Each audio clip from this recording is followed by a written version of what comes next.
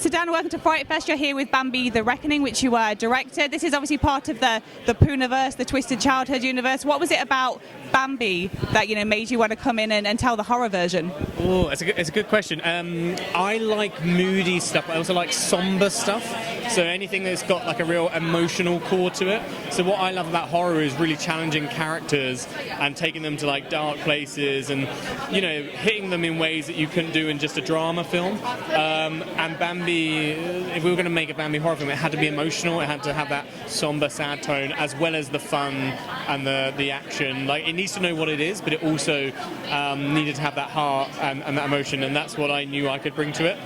So my angle was just about pushing that as hard as I could and really pushing the characters to the darkest depths that they could go to, emotionally speaking.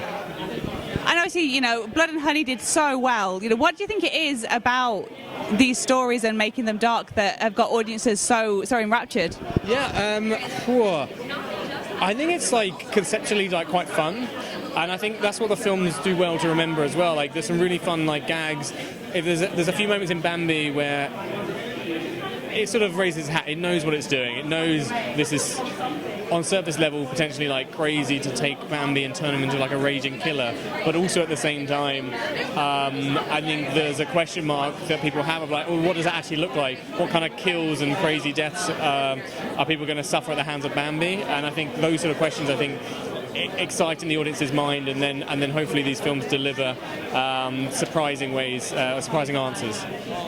The thing with like Winnie the Pooh and Piglet is they're kind of like these mutated humanoid things, but that's not Bambi. Bambi is just... Well, so all will be revealed in the screening, but there is some toxic waste involved. Let's put it that way. This is an eco horror with a message. We make important films, so. And there's a cameo for Thumper.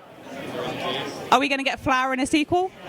We'll see. There's a little Easter egg for Flower in the film, for those noticing. A British Flower, let's put it that way. So yeah, if anyone notices it, then yeah, let me know. But yeah, I think if there was going to be a sequel, then there's got to be some kind of Flower reference, I think, as well. There's a few even more nods, but also even more gore. And for those that aren't at FrightFest, why should people be checking out Bambi when it eventually releases? Because it's awesome, is why. Check it out because it's awesome. It's Jurassic Park with a deer. It's a fun, super fun action adventure horror film with a family, with a heart, but also is going to push you emotionally. I think we've definitely had the most people crying at the end of this film compared to any of the other Poonaverse movies. So yeah, because it's going to challenge audiences on many different fronts, and I think it's a classic Hollywood movie in the sense of like, or like popcorn movie, because it's going to give you a bit of everything.